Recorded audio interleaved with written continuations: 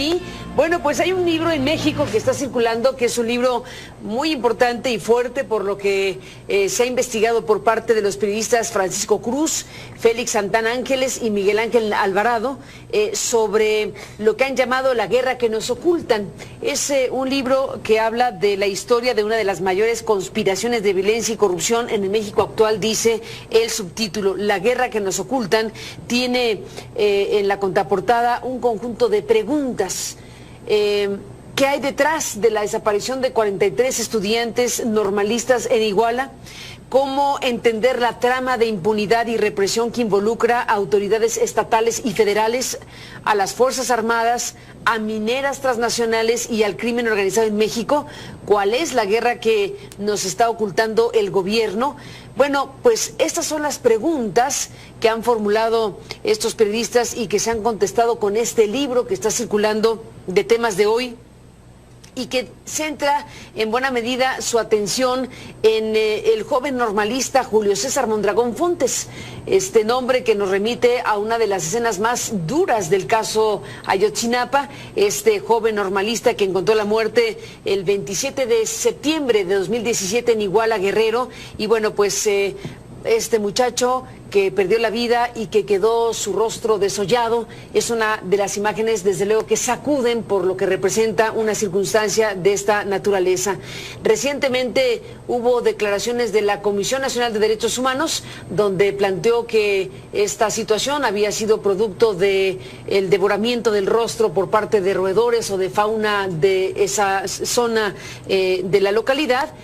Sin embargo, los expertos del grupo de expertos independientes argentinos, en este caso, mejor dicho, los forenses argentinos que trabajan, que han trabajado a la par de los expertos del GIEI, bueno, los expertos argentinos forenses dijeron que no se podía contundentemente decir si ese rostro había sido devorado por la fauna o había sido extirpado, digámoslo así, con algún bisturí, algún instrumento punzocortante o alguna circunstancia no determinable, que no habría suficiente información para ello. Bueno, está ese asunto así, y viene este libro y vuelve a colocar, no vuelve a colocar, coloca la atención precisamente en Julio César Mondragón Fontes, normalista de Ayotzinapa.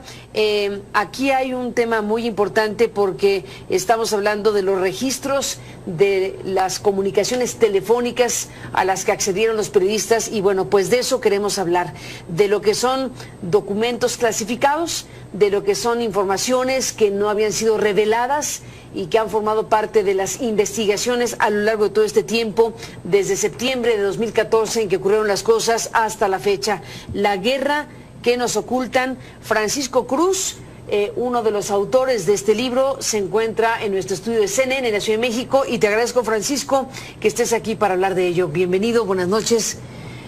Vaya título, vaya tema, vaya información que colocan ustedes ante la mirada del público. Bueno, la verdad es que primero, era un tema olvidado, ¿sí?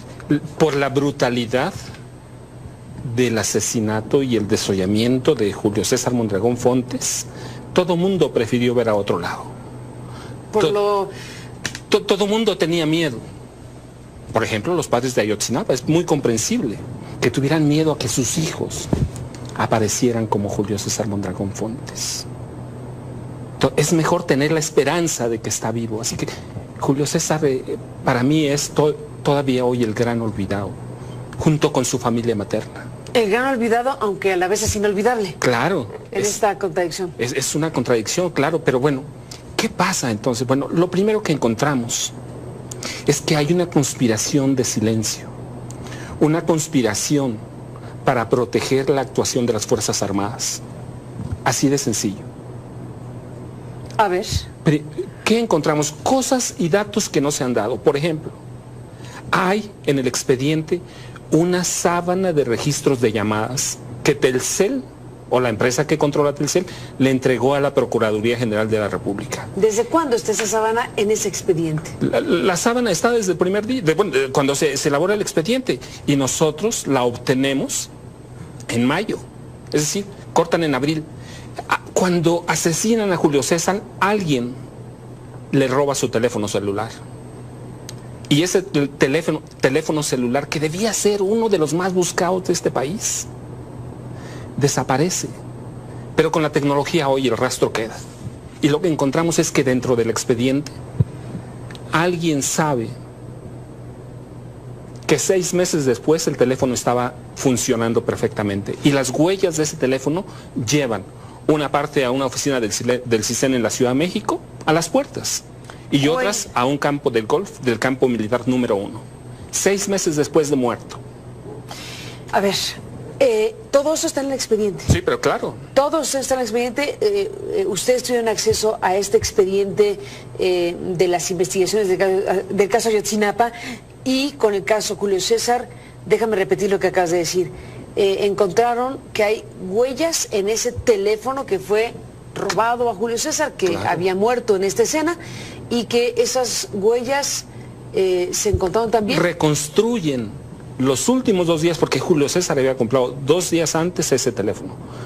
Reconstruyen la vida de ese teléfono a partir de Julio César y 6 meses después de su muerte. Él o los asesinos lo tuvieron en cada lugar en los que estuvo Julio César, o en el que estuvo Julio César. Y luego, después aparecen llamadas a esta Ciudad de México. ¿A dónde? A las puertas del CISEN y a los campos de golf de las Fuerzas Armadas. Cuando dices a las puertas del CISEN, ¿qué es a las puertas del CISEN? ¿En la calle? Sí, ¿En la puerta físicamente? En la puerta física. ¿O es una metáfora lo que está diciendo? A las puertas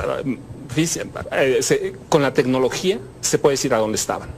Las huellas. Las huellas del teléfono celular. Pero la pregunta es, siendo un teléfono celular de un crimen... Antes de decir eso, a las puertas del CISEN y a un campo de golf. Del campo militar número 1, aquí en Ciudad de México, en Lomas de Sotelo. ¿En qué lugar del campo de golf? En el campo de golf, ahí adentro, en un del campo de golf. ¿En algún... Sí. algunos palos de golf, en alguna superficie? Alguien hizo uso de ese teléfono ahí. Cada teléfono celular que tenemos Cuando dices las huellas, es que estuvo ese teléfono ahí adentro. Alguien lo tuvo. Alguien lo usó. Alguien lo usó. O sea, hay, claro. hay una o varias llamadas. Claro. 8 llamadas. 8 llamadas. ¿Cuántas en cada lugar? 4 y 4. En realidad lo usaron 30 veces. 30 después veces. De la muerte. Después del asesinato, claro. 4 en el CISEN de la Ciudad de México, 4 en el campo de golf del campo militar. Ahora, todo eso del expediente, sí, claro, de la Procuraduría General de la República. No hay una sola cosa que te dicen que no está en el expediente. Déjame hacer una pausa, Francisco, porque ya se nos acabó este primer bloque. Regresamos tomando el hilo de nuevo sobre esto que nos estás contando de esta investigación, la guerra que nos ocultan, el caso Ayotzinapa, el caso Julio César Mondragón. Volvemos.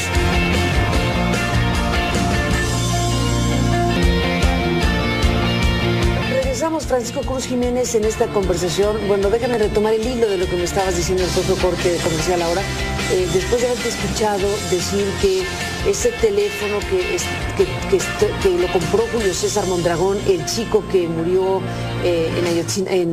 en Iguala, este joven de Ayotzinapa, que fue desollado su rostro, que bueno, ahora venimos a ese tema también. Bueno, tú dices, ese teléfono dejó huella porque se lo llevaron. Claro. Y dejó huella, y hay huella en el campo militar número 1, en el campo de golf, de instalaciones militares del campo militar número 1, y en el CISEN del DF. Tú dices, hay 8 llamadas ahí, pero hay 30 en total. 30 en total. Que siguen la ruta que siguió Julio César. Es decir, el teléfono describe los días posteriores a Julio César. ¿Y existe o no el teléfono? Recuerda el dictamen el último dictamen de la CNDH. Dice que hay testimonios de que Julio César grabó los enfrentamientos y que por eso lo mataron con esa brutalidad. ¿Cómo sabe? Nadie había hablado del teléfono. Sí. Pero ahora, si lo hizo incompleto. A ver. Lo manipuló. Porque entonces en el expediente la CNDH sabe que ahí están las sábanas de las llamadas telefónicas. A ver, ¿y qué retratan entonces las llamadas telefónicas? Vas con el mapa completo. El mapeo de la ruta que siguió Julio César antes de su muerte. ¿Y por dónde va? Todo Iguala. ¿Todo Iguala? La ruta, los puntos que estuvo en Iguala. ¿Con los demás muchachos? Sí, claro. Con los demás muchachos. Desde donde llamaron. Ahí van. ¿Qué hacen? Reciben llamadas. ¿Qué están haciendo? Yo digo que están espiando. Los primeros días estaban espiando, porque nadie sabía del teléfono, hasta hoy. Hasta el día que dijo la CNDH, nadie sabía del teléfono. ¿Quién estaba espiando a quién? El que se lo robó. O sea, se lo llevó para hacer llamadas a los otros O compañeros. para recibir. Sí. O para recibir. Claro, claro, eso es inconfundible. Cada teléfono celular tiene una huella digital internacional. Y esa fue la ruta que reconstruimos Félix, Miguel y yo. En la ruta previa al asesinato brutal de Julio César Mondragón, el recorrido fue en Iguala. En Iguala. ¿De dónde a dónde tienes el registro? No, porque todos los puntos en los que él se estuvo moviendo hasta el momento que lo capturan. ¿Sí? Que le roban el teléfono. Recuerda que estuvieron en Iguala dando vueltas, paseando. Ahora, pero también te aclaro otra cosa. En realidad, no los estaban siguiendo. En cada punto que estaban, los estaban esperando. Había un operativo, y ahora lo podemos decir, había un operativo de contrainsurgencia. Nunca los siguieron. Los fueron llevando, los fueron a correr. Fue una cacería. Entonces, cada punto en el que llamó Julio César a su esposa tiene un registro, y ese registro fue el que recorrimos, y ese registro fue el que recorrió la sábana de llamadas hasta terminar en la Ciudad de México. Eso cambia en buena medida las hipótesis diversas. Tú estás diciendo contrainsurgencia. ¿Quiere decir que los insurgentes serían los jóvenes estudiantes? Pero claro. Y según tu tesis o tu hipótesis, esos chicos, ¿qué estaban haciendo ahí?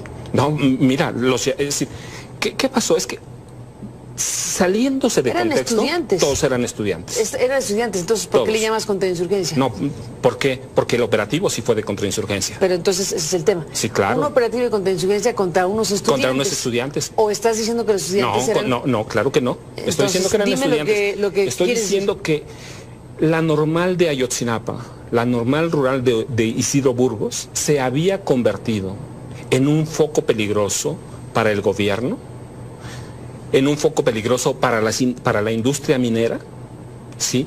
Había registros de que un año anterior, al 26 de septiembre, minera, transnacional, claro, había registros de que Ayotzinapa, de nueva cuenta, como ha sido históricamente, se había convertido en un centro de reunión para todos los movimientos y líderes sociales que están enojados con el régimen.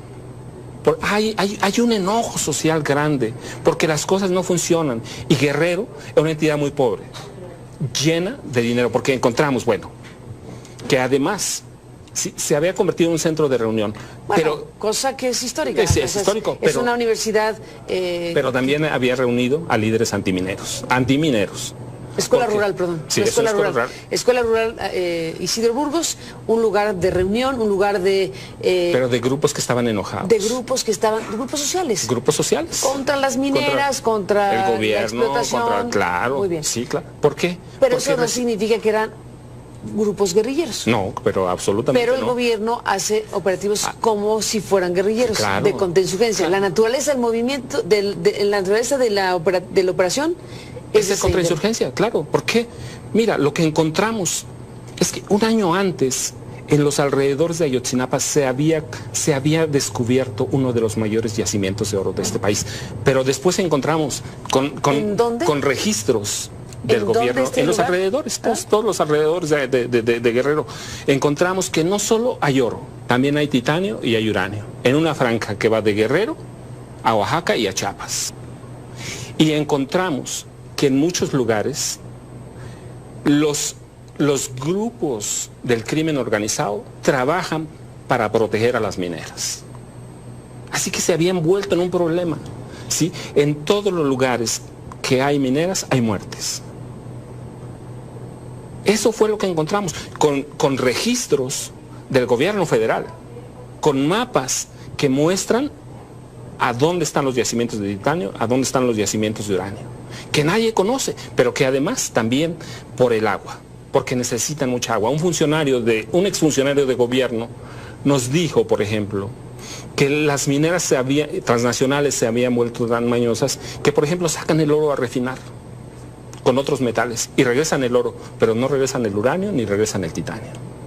Y ese cinturón de oro se extiende hasta Tlatlaya, en el Estado de México. Así que los estudiantes, los líderes sociales que estaban ahí se habían convertido en un peligro para el desarrollo minero de... A ver, los chicos tomaron camiones porque iban a ir a la marcha del 2 de octubre en la Ciudad de México y entonces tomaron sus camiones y su ruta era hacia allá. Sí. ¿Qué sucedió? Que ya estaban cansados de los estudiantes, que ya los estaban siguiendo. Sí, ya estaban sobre ellos. Y ese día no fue algo que se salió de control, no fue algo pero nunca se les salió de control. Los fueron guiando. ¿Te recuerdas? ¿De dónde a dónde? El último informe del GIEI aclara que los encapuchados que participaban en el operativo recibían órdenes de radio o telefónicas de un personaje conocido con el nombre clave de Caminante. ¿Sí? Yo solo especulo esto sí, porque esto no lo puedo probar. ¿Sí? Caminante es la línea de autobuses más importante del Estado de México, la tierra de Enrique Peña Nieto. Y Julio César Mondragón Fontes se había convertido en un problema para el gobierno. No era ¿Él en particular? Sí, pero claro. ¿Por qué él en particular? No era un normalista nuevo. Tenía un mes en Ayotzinapa, pero había pasado por la normal de Tirapitío en Michoacán y por Tenería en el Estado de México. Y lo habían corrido porque había denunciado arreglos de los estudiantes con el gobierno. Y había caído en Ayotzinapa. Y tenía un plan trazado, porque solo tenía un plan trazado para ser líder de la Federación de Estudiantes Socialistas de México. Pero además era un mexiquense levantándose contra otro mexiquense, protestando. Hay cartas que vimos que se estaba sumando a los movimientos por la liberación entonces de la comandanta Nestora Salgado. O sea, un joven rebelde con un plan definido. Un joven que tenía ideales, que quería hacer algo y que estaba enojado también por la situación de este país. Déjame hacer una pausa, Francisco, porque bueno, está el tema de lo que sucedió con su rostro, que hay una controversia, incluso científica, sobre el tema. Después de la pausa, ustedes abordan también esa parte de la historia. Volvemos.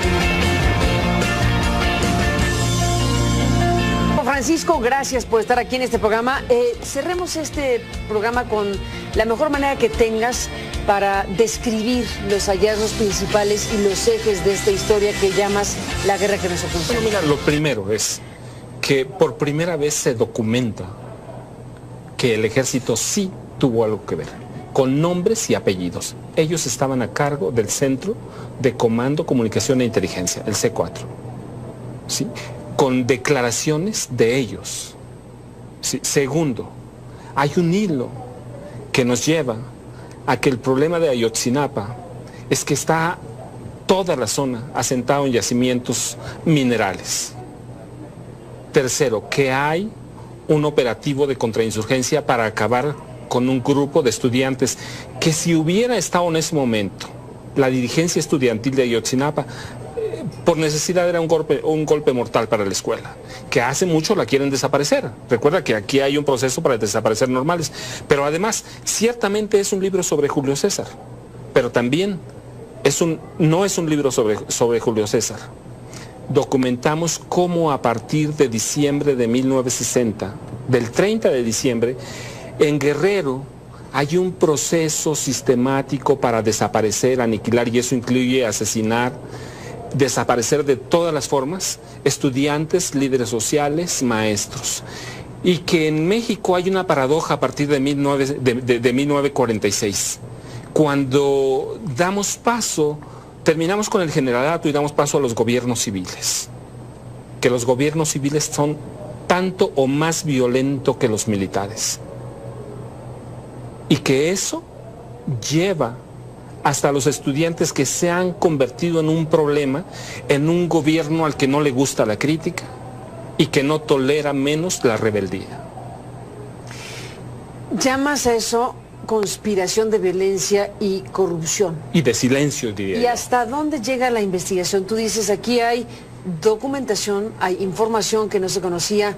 Tuvieron acceso tú, Félix Santana Ángeles y Miguel Ángel Alvarado, al expediente de la PGR, pero también tuvieron acceso a información no censurada, digamos, no cerrada. Pues, mira, yo digo que hay una conspiración de silencio para proteger la actuación de las Fuerzas Armadas.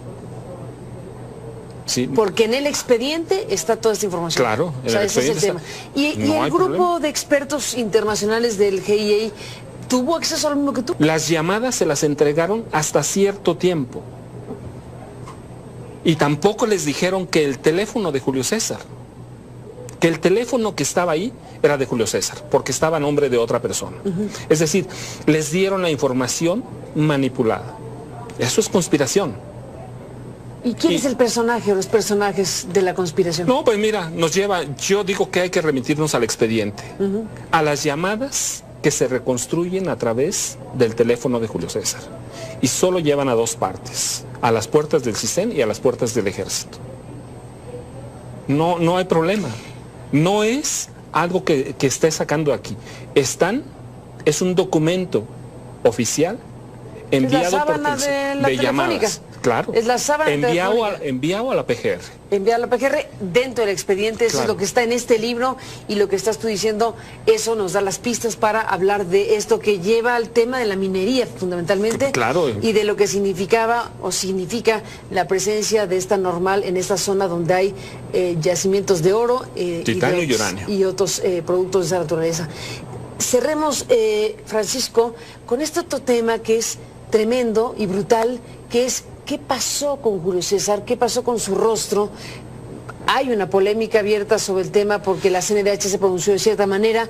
El GIEI dijo, bueno, no se puede afirmar que fue comido el rostro o fue la CNDH tiene una investigación incompleta, porque seguramente desliza algunas cosas. Dice que Julio César seguramente fue asesinado de esa forma brutal porque grabó los ataques a los normalistas, que hay declaraciones. Si basó su dictamen solo en declaraciones, está muy mal hecho. Segundo, la CNDH pudo resolver algo que ni siquiera pudo resolver la PGR, que tiene muchos más recursos. Por lo tanto, la procuradora debía estar en la calle. Pero si la CNDH ocultó información y conoce la sábana de llamadas, que seguro la conoce, pues también nos está entregando información incompleta y está manipulando. Y yo digo que hay una conspiración por eso. O sea, no porque yo lo diga, sino porque los documentos lo muestran. Para proteger fundamentalmente la actuación de las Fuerzas Armadas de este país. Ese es el tema. Hay un proceso histórico para proteger a las Fuerzas Armadas. Puedes culpar a las policías, puedes culpar a todo mundo, pero las Fuerzas Armadas son intocables en este país. Ahí está esto que es parte de uno de los grandes expedientes abiertos en México. Gracias, Francisco Cruz, por estar aquí para contar la guerra que nos ocultan, y estaremos en contacto.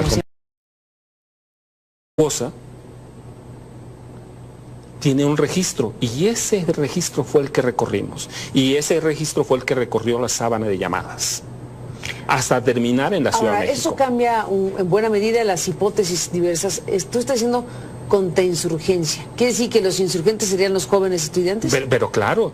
Y según tu tesis o tu hipótesis, esos chicos, ¿qué estaban haciendo ahí? No, mira, es decir, ¿qué pasó? Es que saliéndose de contexto, todos eran estudiantes. Eran estudiantes, entonces ¿por qué le llamas contrainsurgencia? No, ¿por qué? Porque el operativo sí fue de contrainsurgencia. Pero entonces ese es el tema. Sí, claro. Un operativo de contrainsurgencia contra unos estudiantes. Contra unos estudiantes. ¿O estás diciendo que los estudiantes eran...? No, claro que no. Entonces, estoy diciendo que eran estudiantes. Lo que estoy diciendo que la Normal de Ayotzinapa, la Normal rural de Isidro Burgos, se había convertido en un foco peligroso para el gobierno, en un foco peligroso para la industria minera, ¿sí?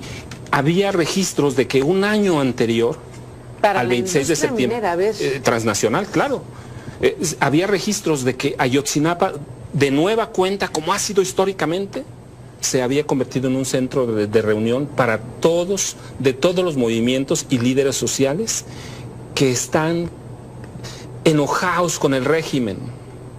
Hay un enojo social grande porque las cosas no funcionan, y Guerrero es una entidad muy pobre, llena de dinero, porque encontramos, que además se había convertido en un centro de reunión. Cosa que es histórica. Es histórico. Es una universidad... pero también había reunido a líderes antimineros. Escuela rural, perdón. Sí, escuela rural. Escuela rural Isidro Burgos, un lugar de reunión, un lugar de... pero de grupos que estaban enojados. De grupos que estaban, grupos sociales. Grupos sociales. Contra las mineras, contra el gobierno, la explotación. claro. Muy bien. Sí, claro. ¿Por qué? Pero eso no significa que eran grupos guerrilleros. No, pero absolutamente Pero el no. gobierno hace operativos como si fueran guerrilleros, claro, de contrainsurgencia. Claro. La naturaleza del movimiento, la naturaleza de la operación es de contrainsurgencia, claro. ¿Por qué? Mira, lo que encontramos es que un año antes, en los alrededores de Ayotzinapa, se había descubierto uno de los mayores yacimientos de oro de este país. Pero después encontramos con registros del gobierno en los alrededores, todos los alrededores de Guerrero, encontramos que no solo hay oro, también hay titanio y hay uranio, en una franja que va de Guerrero a Oaxaca y a Chiapas. Y encontramos que en muchos lugares los grupos del crimen organizado trabajan para proteger a las mineras. Así que se habían vuelto en un problema, ¿sí? En todos los lugares que hay mineras hay muertes. Eso fue lo que encontramos, con registros del gobierno federal, con mapas que muestran a dónde están los yacimientos de titanio, a dónde están los yacimientos de uranio, que nadie conoce, pero que además también por el agua, porque necesitan mucha agua. Un exfuncionario de gobierno nos dijo, por ejemplo, que las mineras transnacionales se habían vuelto tan mañosas que, por ejemplo, sacan el oro a refinar con otros metales y regresan el oro, pero no regresan el uranio ni regresan el titanio. Y ese cinturón de oro se extiende hasta Tlatlaya. Y bueno, pues hay un libro en México que está circulando, que es un libro muy importante y fuerte por lo que se ha investigado por parte de los periodistas Francisco Cruz, Félix Santana Ángeles y Miguel Ángel Alvarado, sobre lo que han llamado la guerra que nos ocultan. Es un libro que habla de la historia de una de las mayores conspiraciones de violencia y corrupción en el México actual, dice el subtítulo. La guerra que nos ocultan tiene en la contraportada un conjunto de preguntas. ¿Qué hay detrás de la desaparición de 43 estudiantes normalistas en Iguala? ¿Cómo entender la trama de impunidad y represión que involucra a autoridades estatales y federales, a las Fuerzas Armadas, a mineras transnacionales y al crimen organizado en México? ¿Cuál es la guerra que nos está ocultando el gobierno?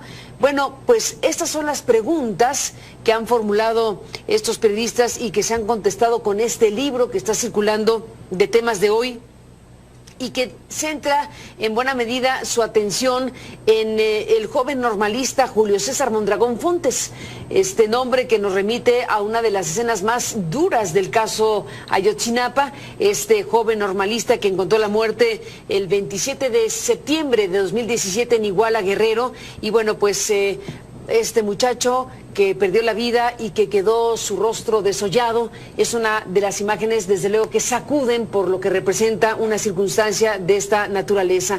Recientemente hubo declaraciones de la Comisión Nacional de Derechos Humanos, donde planteó que esta situación había sido producto del devoramiento del rostro por parte de roedores o de fauna de esa zona de la localidad. Sin embargo, los expertos del grupo de expertos independientes argentinos, en este caso, mejor dicho, los forenses argentinos que han trabajado a la par de los expertos del GIEI, bueno, los expertos argentinos forenses dijeron que no se podía contundentemente decir si ese rostro había sido devorado por la fauna o había sido extirpado, digámoslo así, con algún bisturí o algún instrumento punzocortante o alguna circunstancia no determinable, que no habría suficiente información para ello. Bueno, está ese asunto así, y viene este libro y coloca la atención precisamente en Julio César Mondragón Fontes, normalista de Ayotzinapa. Aquí hay un tema muy importante porque estamos hablando de los registros de las comunicaciones telefónicas a las que accedieron los periodistas y bueno, pues de eso queremos hablar, de lo que son documentos clasificados, de lo que son informaciones que no habían sido reveladas y que han formado parte de las investigaciones a lo largo de todo este tiempo, desde septiembre de 2014 en que ocurrieron las cosas hasta la fecha. La guerra que nos ocultan. Francisco Cruz, uno de los autores de este libro, se encuentra en nuestro estudio de CNN en la Ciudad de México y te agradezco, Francisco, que estés aquí para hablar de ello. Bienvenido, buenas noches. Vaya título, vaya tema, vaya información que colocan ustedes ante la mirada del público. Bueno, la verdad es que primero, era un tema olvidado, ¿sí? Por la brutalidad del asesinato y el desollamiento de Julio César Mondragón Fontes, todo mundo prefirió ver en el Estado de México. Así que los estudiantes, los líderes sociales que estaban ahí se habían convertido en un peligro para el desarrollo minero de... A ver, los chicos tomaron camiones porque iban a ir a la marcha del 2 de octubre en la Ciudad de México y entonces tomaron esos camiones y su ruta era hacia allá. Sí. ¿Qué sucedió? Sí. Que ya estaban cansados de los estudiantes, que ya los estaban siguiendo. Sí, ya estaban sobre ellos. Y ese día... No fue algo que se salió de control, no fue algo pero nunca se les salió de control. Los fueron guiando. ¿Te recuerdas? ¿De dónde a dónde? El último informe del GIEI aclara que los encapuchados que participaban en el operativo recibían órdenes de radio o telefónicas de un personaje conocido con el nombre clave de Caminante. ¿Sí? Yo solo especulo esto sí, porque esto no lo puedo probar. ¿Sí? Caminante es la línea de autobuses más importante del Estado de México, la tierra de Enrique Peña Nieto. Y Julio César Mondragón Fontes se había convertido en un problema para el gobierno.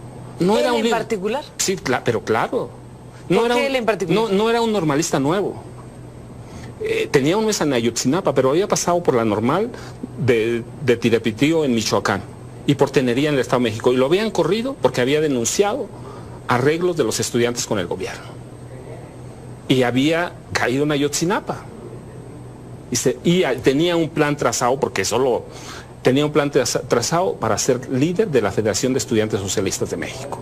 Pero además era un mexiquense levantándose contra otro mexiquense, protestando. Hay cartas que vimos que se estaba sumando a los movimientos por la liberación, entonces, de la comandanta Nestora Salgado. O sea, un joven rebelde, con un plan definido. Un joven que tenía ideales, que quería hacer algo. Y que estaba enojado también por la situación de este país. Déjame hacer una pausa, Francisco, porque bueno, está el tema de lo que sucedió con su rostro, que hay una controversia, incluso científica, sobre el tema. Después de la pausa, ustedes abordan también esa parte de la historia. Volvemos. Francisco, gracias por estar aquí en este programa. Cerremos este programa con la mejor manera que tengas para describir los hallazgos principales y los ejes de esta historia que llamas la guerra que nos oculta. Bueno, mira, lo primero es que por primera vez se documenta que el ejército sí tuvo algo que ver, con nombres y apellidos. Ellos estaban a cargo del Centro de Comando, Comunicación e Inteligencia, el C4. ¿Sí? Con declaraciones de ellos. ¿Sí? Segundo, hay un hilo que nos lleva a que el problema de Ayotzinapa es que está toda la zona asentada en yacimientos minerales. Tercero, que hay un operativo de contrainsurgencia para acabar con un grupo de estudiantes que si hubiera estado en ese momento la dirigencia estudiantil de Ayotzinapa, por necesidad era un golpe mortal para la escuela, que hace mucho la quieren desaparecer. Recuerda que aquí hay un proceso para desaparecer normales, pero además ciertamente es un libro sobre Julio César, pero también no es un libro sobre Julio César. A otro lado. Todo mundo tenía miedo. Por ejemplo, los padres de Ayotzinapa. Es muy comprensible que tuvieran miedo a que sus hijos aparecieran como Julio César Mondragón Fontes. Es mejor tener la esperanza de que está vivo. Así que Julio César para mí es todavía hoy el gran olvidado junto con su familia materna. El gran olvidado, aunque a la vez es inolvidable. Claro. En esta contradicción. Es una contradicción, claro, pero bueno, ¿qué pasa entonces? Bueno, lo primero que encontramos es que hay una conspiración de silencio, una conspiración para proteger la actuación de las Fuerzas Armadas. Así de sencillo. A ver. ¿Qué encontramos? Cosas y datos que no se han dado. Por ejemplo, hay en el expediente una sábana de registros de llamadas que Telcel, o la empresa que controla Telcel, le entregó a la Procuraduría General de la República. ¿Desde cuándo está esa sábana en ese expediente? La sábana está desde el primer día, cuando se elabora el expediente, y nosotros la obtenemos en mayo, es decir, cortan en abril. Cuando asesinan a Julio César, alguien le roba su teléfono celular.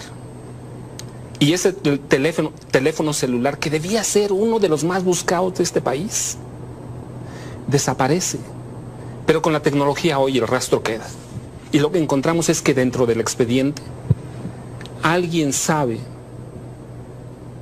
que 6 meses después el teléfono estaba funcionando perfectamente. Y las huellas de ese teléfono llevan una parte a una oficina del CISEN en la Ciudad de México, a Las Puertas, y otras a un campo del golf del campo militar número 1. 6 meses después de muerto. A ver, todo eso está en el expediente. Sí, pero claro. Todo eso está en el expediente.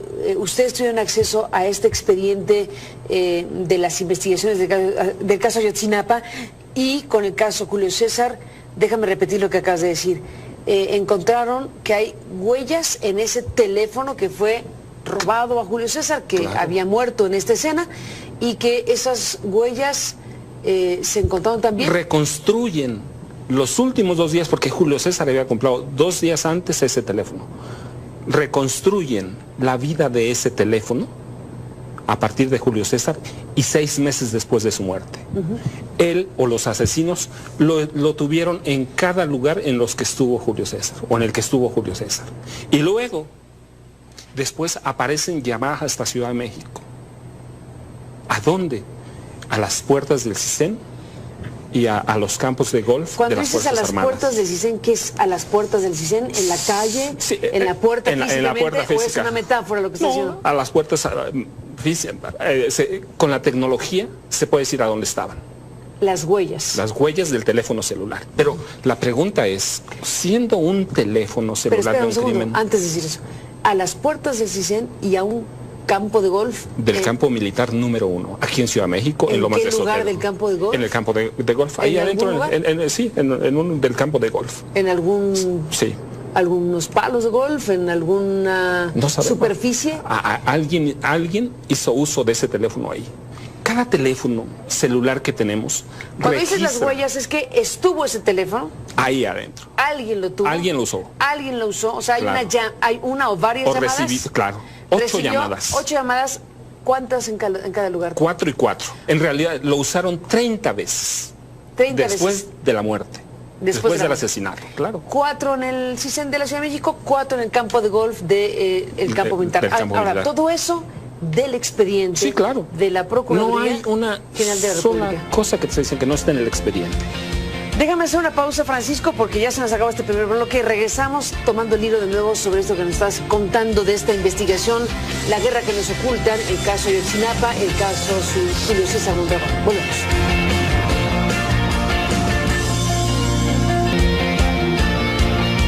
Regresamos, Francisco Cruz Jiménez, en esta conversación. Bueno, déjame retomar el hilo de lo que me estabas diciendo en el propio corte comercial ahora. Después de haberte escuchado decir que ese teléfono que lo compró Julio César Mondragón, el chico que murió en Iguala, este joven de Ayotzinapa, que fue desollado su rostro, que bueno, ahora venimos a ese tema también. Bueno, tú dices, ese teléfono dejó huella porque se lo llevaron. Claro. Y dejó huella, y hay huella en el campo militar número 1, en el campo de golf, de instalaciones militares del campo militar número 1 y en el CISEN del DF. Tú dices, hay 8 llamadas ahí, pero hay 30 en total. 30 en total. Que siguen la ruta que siguió Julio César. Es decir, el teléfono describe los días posteriores a Julio César. ¿Y existe o no el teléfono? Recuerda el dictamen el último dictamen de la CNDH. Dice que hay testimonios de que Julio César grabó los enfrentamientos y que por eso lo mataron con esa brutalidad. ¿Cómo sabe? Nadie había hablado del teléfono. Sí. Pero ahora, si lo hizo incompleto. A ver. Lo manipuló.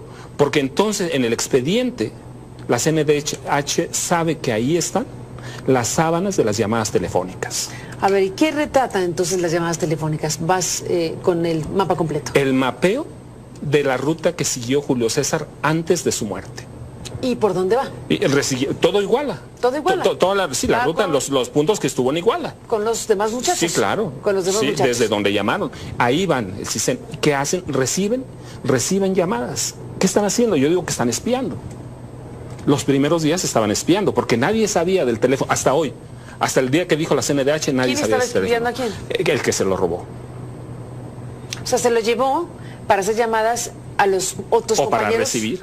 Sí. O para recibir. Claro, claro, eso es inconfundible. Cada teléfono celular tiene una huella digital internacional. Y esa fue la ruta que reconstruimos Félix, Miguel y yo. En la ruta previa al asesinato brutal de Julio César Mondragón, el recorrido fue en Iguala. En Iguala. ¿De dónde a dónde tienes el registro? No, todos los puntos en los que él se estuvo moviendo hasta el momento que lo capturan. ¿Sí? Que le roban el teléfono. Recuerda que estuvieron en Iguala dando vueltas, paseando.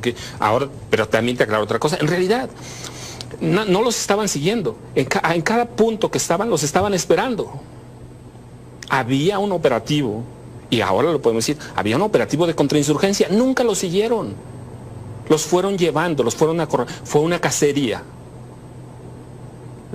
Entonces, cada punto en el que llamó Julio César a su esposa,